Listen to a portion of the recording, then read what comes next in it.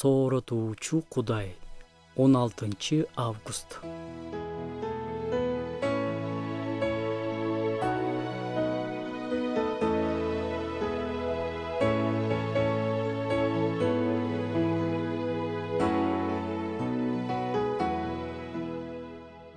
Эки уулум кичинекей кезинде дайыма бири-бири менен жарышканды жакшы көрүшчү. Өзгөчө кимдин булчуңу чоңураак деп, аларга сыналгыдан булчуңдуу жана күчтүү балбандардын күрөшүн көрүү абдан жакчу. Эркектер эмеспи?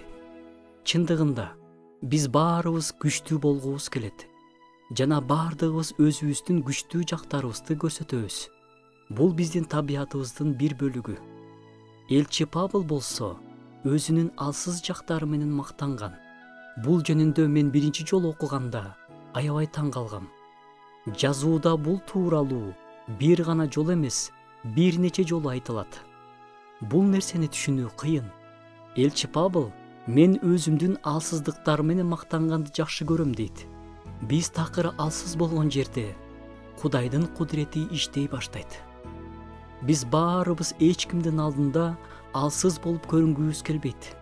Бирок мен бир жакшы кабар айтайын. Так ушундай алсыз болуп турганыбызда Кудай бизден эч качан жүзүн бурбайт жана бизди четке какпайт. Тескерисинче, алсыз болуп турганыбызда ал бизди өзүнүн алдына келүүгө чакырат. Анткени мындай учурларда анын күчү бизге берилгенин, ошондой эле ыйык жазууда айтылгандай, ал алсыздыкта ишке ашаарын түшүнөбүз. Биз ага канчалык муктаж экенибизди түшүнгөндө, Кудайдын күчү анын баардык даңкы менен ачылат.